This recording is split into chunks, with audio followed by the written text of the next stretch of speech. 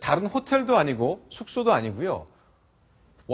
네덜란드 수도 헤이그에 있는 미국 대사관에서 만난다고 합니다. 오바마 대통령이 초청하는 형식이기 때문에. 그런데 참 일본 정상과 만나는 게 만나기도 힘들었지만 장소도 굉장히 낯설고 어색한 곳인데 새벽 2시 반입니다. 어떤 논의가 이어질지 한번 기대해 봤으면 좋겠습니다. 자, 이제 네덜란드 인정 대통령이 곧 마칠 겁니다. 그리고 날아갈 곳이 독일의 수도 베를린입니다.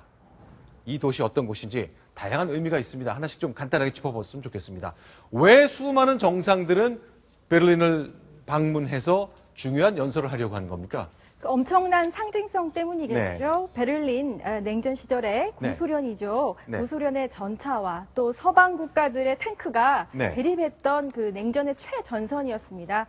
그런데 어떻게 보면 이제는 통일 미래를 꿈꿀 수 있는 미래의 상징성을 가지고 있는, 그래서 우리 대통령들에게는 참 매력적인 곳이라고 볼 수가 있겠죠. 자, 그 기억나는 것이 냉전 시대이긴 합니다만 60년대 케네디 대통령, 존 F 케네디, 그리고 80년대에 로널드 레이건 대통령이 분단의 상징인 베를린을 찾아서 연설을 했죠. 지금 보시는 장면 그대로입니다. 1963년으로 안내하겠습니다. 51년 전입니다.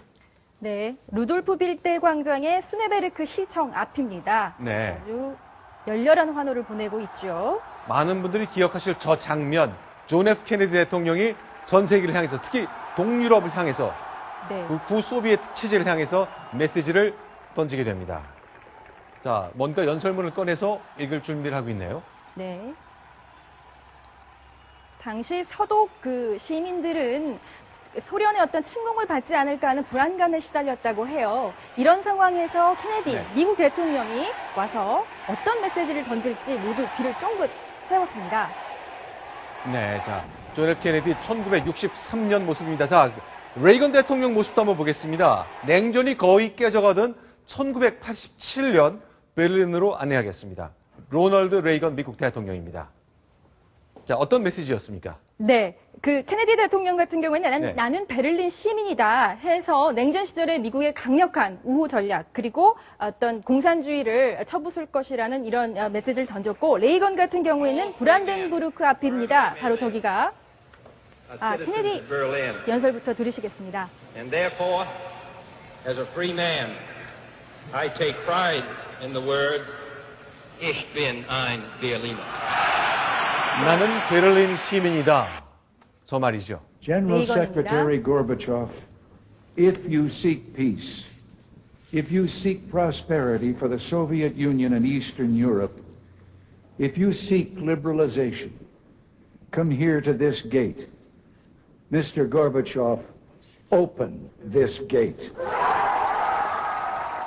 네, 분단의 상징인 베를린 장벽 제발 열어라. 그리고 동유럽과 소비에트 체제, 그곳에 자유의 온기를 불어넣으라. 그런 메시지였죠. 네, 장벽을 허물라는 또 아주 강력한 메시지가 담겨서 레이건의 어떤 그 임기 시절에 4가지 워드로 아주 유명한 연설 중에 하나입니다. 바로 이 연설을 통해서 냉전의 종식을 가져왔다라는 평가까지 있을 만큼, 근데 뒷이야기가 있다고 해요. 이 벽을 허물라는 이 단어가 좀 너무 자극적인 게 아니냐 해서 백악관 비서실장은 강력하게 반대를 했지만, 레이건이 이것은 분명히 우리가 던져야 되는 메시지라고 해서 아주 베를린 시민들에게 아주 깊은 감동을 줬다고 합니다. 자, 마치 미국 대통령은 아니더라도 우리나라의 대통령이 평양의 권부를 향해서 휴전선의 문을 여십시오. 자유를 찾아와야 합니다라고 강도 높게 요구하는 그런 장면과 똑같은 모습입니다.